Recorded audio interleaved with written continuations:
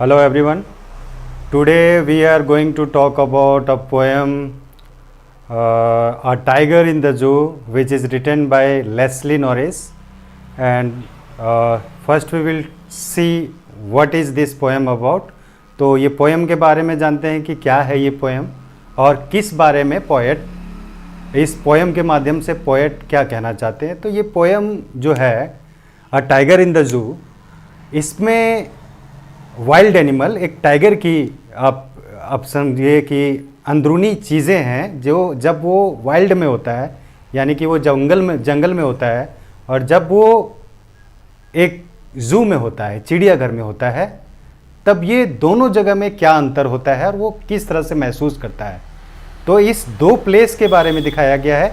एक प्लेस है जू के अंदर जहाँ पे टाइगर कैद है, और एक प्लेस है जहाँ वो फ्री है, वो अपने नेचुरल हैबिटेट में है, वो जो उसका अपना टेरिटरी है वहाँ पे है। तो वो कैसा दोनों जगह पे कैसा महसूस करता है, उसी के बारे में हम इस पोएम के माध्यम से जानने का प्रयास करते हैं। तो सबसे पहले बात करते हैं इसके पोएट के बारे में ही। पोएट का नाम है लेस्ली नॉरिस और वेल्स पोएट हैं, और ये पोएट सिर्फ नहीं है, इन्होंने बहुत सारे शॉर्ट स्टोरीज भी लिखे हैं। और इनका जो वर्क है, लिटरेरी वर्क जो है, वो ज़्यादा फोकस है नेचर पे, और इसके अलावा इनका और भी काम है नेचर के अलावा ये ह्यूमन कंडीशन पे भी इन्होंने काम किया है। और इस पोएम में एक टाइगर के ज़रिए उन्होंने ये दिखाना चाहा है कि टाइगर जब वो चिड़ियाघर में होता है, जू में होता है, तो वो किस तरह से महसूस करता है, और जब वो एक अपने नेचुरल हैबिटेट में होता है, अपने नेचुरल टेरिटरी में होता है, तब वो कैसा महसूस करता है। तो चलिए शुरू करते हैं। तो ये पोएट के बारे में मैंने बताया, ये वेल्स ऑथर हैं। उसके बाद हम बात करते हैं स्टेंजा बाय स्टेंजा बात करते हैं। पहले स्टेंजा में क्या लिखा हुआ है और इसका मतलब क्या है। अगर इसमें कुछ वर्ड्स मालूम नहीं है तो उसको भी हम लोग एक्सप्लेन करेंगे। तो पहला है he stalks in is vivid steps the few steps of his cage on pads of velvet quiet in his quiet rage. कहने का मतलब है जो पहले स्टेंजा में क्या है कि एक बाघ है, एक टाइगर है, वो एक चिड़ियाघर के अंदर है, और चिड़ियाघर के अंदर क्या होता है, एक छोटी सी चार दीवारी होती है जिसमें उसको स्पेस जो है बहुत कम है, और उसी स्पेस के अंदर यहाँ से वहाँ चहलकदमी करता है। उसको वाइल्ड के जैसे वो जंगल के जैसा उसको तो स्पेस नहीं मिलेगा, तो बस यहाँ से वहाँ, इस कोने से उस कोने, इस प्लेस से उस प्लेस, वहीं तक मूव करता है। और उसके अंदर एक कहीं ना कहीं एक गुस्सा है, एक रेज है उसके अंदर जो चल रहा है, अंदरूनी उसके अंदर में चल रहा है कि मैं किस जगह पे हूँ। और वो तो एक असहाय के जैसा है, कुछ बोल भी नहीं पा रहा है, कुछ कर भी नहीं पा रहा है, और उसके लिए ज़्यादा जगह भी नहीं है। जिस तरह वो अगर बाहर में रहता है उस तरह उसको जगह यहाँ पे नहीं मिल पा रहा है, उसको मूवमेंट का भी ज़रा सा भी जगह नहीं मिल पा रहा है। फिर हम बात करते हैं इसके दूसरे स्टेंजा में। He should be lurking in shadow, sliding through the grass near the water hole where plump deer pass. अब क्या होना चाहिए, उसे कहाँ होना चाहिए था। अभी जब पहले स्टेंजा में हमने देखा कि वो टाइगर जो है वो एक जू के अंदर है, लेकिन दूसरे स्टेंजा में क्या है, दूसरे स्टेंजा में कहाँ बात कर रहा है कि अगर उसे कहाँ होना चाहिए, उसे जंगल में होना चाहिए, घात लगा के शिकार करते हुए, कहीं घात लगा के बैठे हुए, वो अपने शिकार का इंतज़ार करते हुए, पूरे चुपचाप बैठे हुए, और जैसे ही उसके पास शिकार आता वो दौड़ के उसको पकड़ता, उसको खींच के अपने घसीटते हुए ले आता और उसका अपना भोजन बना लेता। लेकिन वो कहाँ पे है, वो है एक चिड़ियाघर में। फिर हम अगला स्टेंजा में देखते हैं, इसमें क्या है। He should be snarling around houses at the jungles as baring his white fangs his claws terrorising the village. उसे कहाँ होना चाहिए था। अगर देखिए, इमेजिन कीजिए कि अगर एक टाइगर किसी जंगल के किनारे कोई एक बस्ती हो, एक कोई गांव हो, और वहाँ पे आ जाए तो लोगों का क्या हाल होगा। लोग इधर से उधर भागना शुरू कर देंगे, जिसको जहाँ पे जगह मिलेगा, और उसके पंजे जो हैं, उसके दांत जो हैं, और उसके जो गुर्राने की आवाज़ है, वो आवाज़ सुन के ही बहुत सारे लोगों का जो है पसीने छूट जाएंगे। उसको वो सोच भी नहीं पाएगा कि मेरे सामने आ गया है। कौन आ गया है, इतना डर पैदा करेगा, इतना भय पैदा करेगा लोगों में कि लोग सोचेंगे भी कि उसके सामने खड़ा होने के लिए सोचेंगे। अगर किसी जंगल के किनारे कोई गांव हो और वहाँ पे आ जाए ऐसा टाइगर और हम लोग के पास कोई हथियार नहीं हो, कुछ नहीं हो, तो ऑब्वियस सी बात है कि हम लोग इतना ज़्यादा डर जाएंगे कि हमको जल्द से जल्द कोई अगर जगह मिल जाए तो हम लोग वहाँ जाने की कोशिश करेंगे। अगले स्टेंजा में देखते हैं क्या है।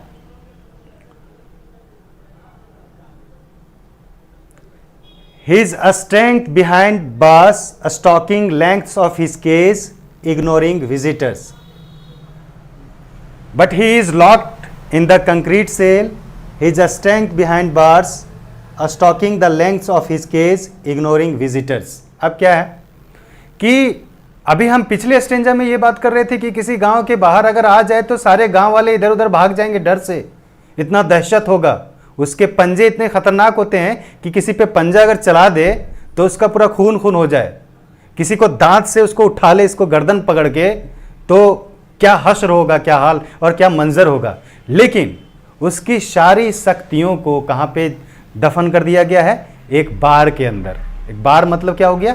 जेल के अंदर उसको डिटेन कर दिया गया है, मतलब उसको बंद कर दिया गया है। उसकी सारी शक्तियां खत्म हो गई है।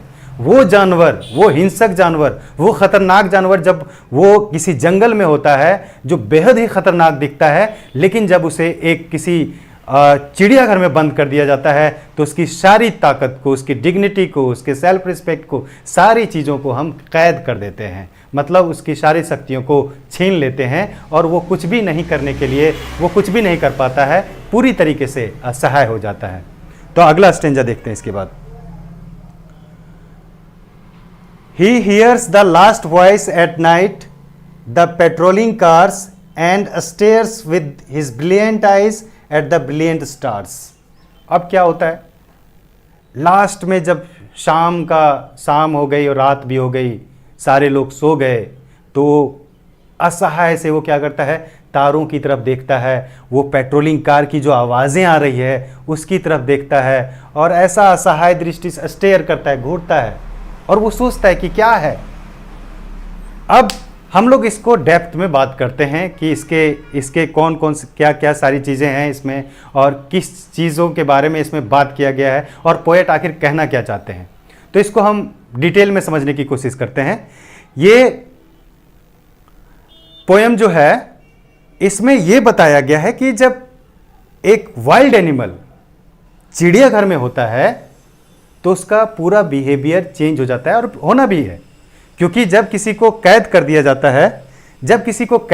जाता है तो सीधी सी बात है उसकी सारी शक्तियां खत्म हो जाती है, वो असहाय हो जाता है, कुछ भी करने के लायक नहीं बचता है। और जब वो जंगल में होता है तो वो कहीं भी घूम सकता है। बहुत सारा बड़ा जंगल का बहुत बड़ा एरिया होता है, वो दूर दूर तक जा सकता है, दूर दूर शिकार करने के लिए जा सकता है। और वो फ्रीडम का जो स्वीटनेस है, वो जो आज़ादी का स्वीटनेस है, वो चिड़ियाघर में नहीं है। चिड़ियाघर में उसको हम मीट खाने के लिए, मांस खाने के लिए कुछ भी जो दे दें, लेकिन जो उसका नेचुरल बिहेवियर है और जो उसकी जो उसका एक राइट्स है कि फ्रीडम, लिबरेशन का, फ्रीडम का, वो हम लोग उससे क्या करते हैं? छीन लेते हैं। और ये सब हमें as a human being, it is called that the man is the only animal. इंसान जो है ना सबसे बड़ा जानवर है, वही एक जानवर है, बाकी कोई जानवर है ही नहीं। और बात ये सच है कि हम इंसानों ने क्या किया कि उस टाइगर को उसके नेचर के विपरीत हमने क्या किया? उसको लाके एक चिड़ियाघर में कैद कर दिया। उसके जो नेचुरल प्लेस है, उसका जो नेचुरल राइट्स है, उसको छीन के हमने कहाँ ला दिया? एक चिड़ियाघर के, और उसको मनोरंजन का साधन बना दिए। कोई भी जाता है, कोई भी जाके सेल्फी ले लिया उसके सामने से जाके, हाँ ये करके, है ना। लेकिन सोचो कि जब वो अगर वही टाइगर किसी के सामने खड़ा हो जाए तो सोच लो क्या हो सकता है। मतलब आदमी को सोच भी नहीं सकता क्या हो सकता है, इतना डर जाएगा। लेकिन वही जब वो होता है किसमें? जब वो होता है जू में, तो कोई भी उसका मजाक, इंटरटेनिंग करने के लिए जाते हैं हम लोग, उसका तमाशा बना के रख दिए हम लोग। इंसान लोग इतने खतरनाक हैं, इतना खतरनाक जानवर है कि उसको हम लोग क्या कर दिए हैं? तमाशा के रूप में बना दिए हैं। आप लोग यहाँ पे देख सकते हैं, इसका समरी भी दिया हुआ है। समरी हालांकि हमने पूरा डिटेल में बता दिया है, तो समरी की आपको ज़रूरत नहीं पड़ेगी, लेकिन फिर भी अगर आप देखना चाहते हैं इसमें समरी तो आप देख सकते हैं। और मैं भी इसको समराइज कर देना चाहता हूँ कि क्या है कि ये एक व्यथा है एक टाइगर की जो चिड़ियाघर में है। और इसमें इस पोयम के माध्यम से ये दिखाया गया है कि जब एक टाइगर जब जू में होता है तो उसका बिहेवियर, उसका मूवमेंट, उसका सारा अंदर की चीज़ें कैसे बदल जाती है। और जब वो फ्रीडम में होता है, जब वो फ्री होता है तो कितनी आज़ादी के साथ पूरे अपने टेरिटरी में, पूरे अपनी जगह में, पूरे फॉरेस्ट में कैसे हर जगह घूमता रहता है। और लोग उसके आतंक से, उसके डर से 10 कोस दूर ही रहते हैं, उसका सामना नहीं करना चाहते हैं, उसको फेस नहीं करना चाहते हैं। इसी के बारे में ये बताया गया है। अब हम बताएंगे इसके कुछ लिटरेरी डिवाइसेस के बारे में।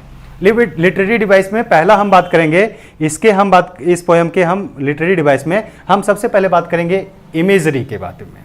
इमेज का मतलब क्या होता है? इमेज का मतलब होता है एक चित्र।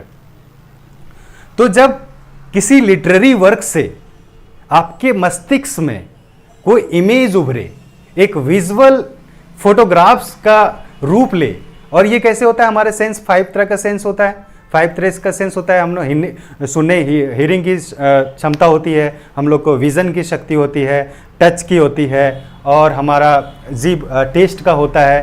तो लिटरेरी में क्या होता है कि जैसा अगर पहले इसको पोयम के पहला स्टेंजा में हम बात करेंगे, he stalks in his vivid stripe. तो इसमें क्या बात किया गया है?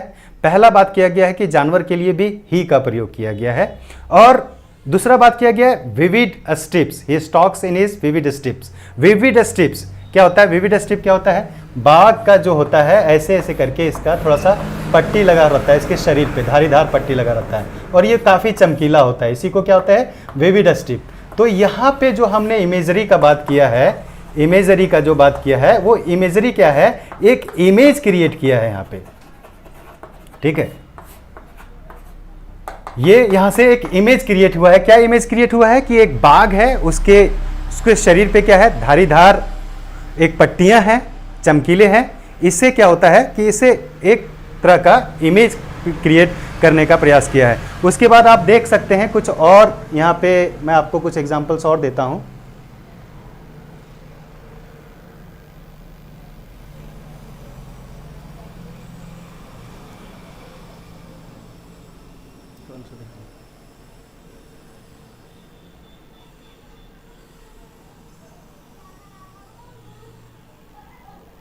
यहां पे देखिए, ही should be snarling around houses at the jungle says bearing his white fangs his clause. अब यहां पे भी देखिए एक इमेज क्रिएट हो रहा है।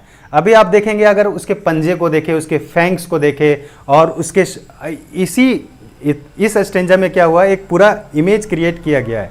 उसके दांतों को दिखाया गया है, उसके पंजों को दिखाया गया है, और किस तरह से वो झपट्टा मारेगा, किस तरह से दौड़ेगा, किस तरह से गुर्राएगा, इससे पूरा एक इमेज क्रिएट किया गया है। तो इसमें पोएटिक डिवाइस अगर बात करेंगे, लिटरेरी डिवाइस की बात करेंगे, तो इमेजरी का बात किया गया है। इसके अलावा पर्सनिफिकेशन का भी यहाँ पे यूज हुआ है,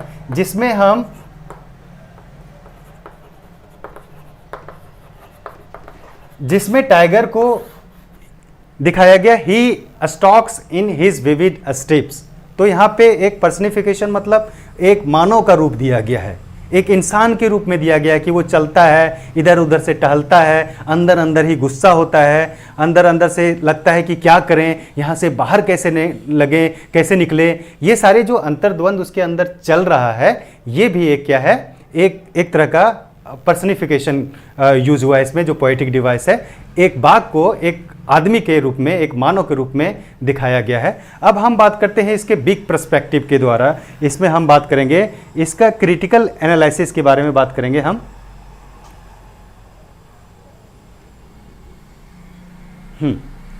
इसमें हम बात करेंगे, अब हम बात करेंगे मेटाफोर की।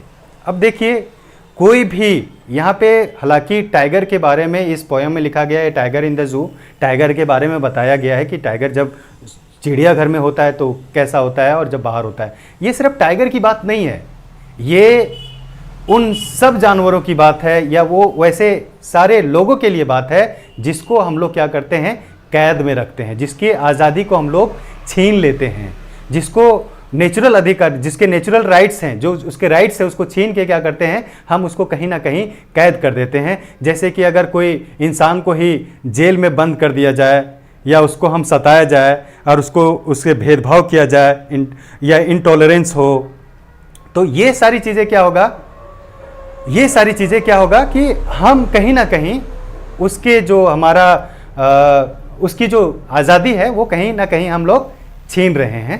तो कुल मिला के इस पोयम में जो हम लोग बात किए हैं, वो बात की है ये कि हमारा किसी भी हम लोग जो एज ए ह्यूमन बीइंग हम लोग को एनिमल के प्रति थोड़ा सा जो इतनी ज़्यादा क्रूअलिटी है, इतना ज़्यादा हम लोग क्रूर बन गए हैं, उसको कहीं ना कहीं हम लोग को रोकना चाहिए। और एनिमल का जो राइट्स है, उसका जो नेचुरल अधिकार है, उसको कभी नहीं छीनना चाहिए, क्योंकि गुलामी किसी भी के लिए अच्छी नहीं है। यहाँ पे किसी को भी जेल में डाल देना, किसी को चिड़ियाघर में डाल देना, किसी को कंक्रीट सेल में डाल देना, उसके इच्छा के विरुद्ध, ये कभी भी अच्छा नहीं हो सकता है।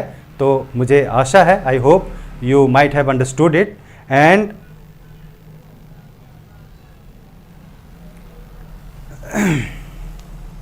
हाँ, अब इसका कंक्लूजन में हम ये बताना चाहेंगे आप लोग को कि कंक्लूजन में यही है कि दो जगहों को बताया गया है कि जब आप कैप्टिव होते हैं, जब आपका सिचुएशन होता है क्या, कैप्टिविटी का और फ्रीडम का, ठीक है, और या फिर आप समझ लीजिए कि आपको जब ऑपरेशन का या कैप्टिविटी का या फिर फ्रीडम का, जब आपको किसी जेल में या कहीं पे कैद करके रखा जाता है, तो वो कभी भी किसी के लिए भी ठीक नहीं है।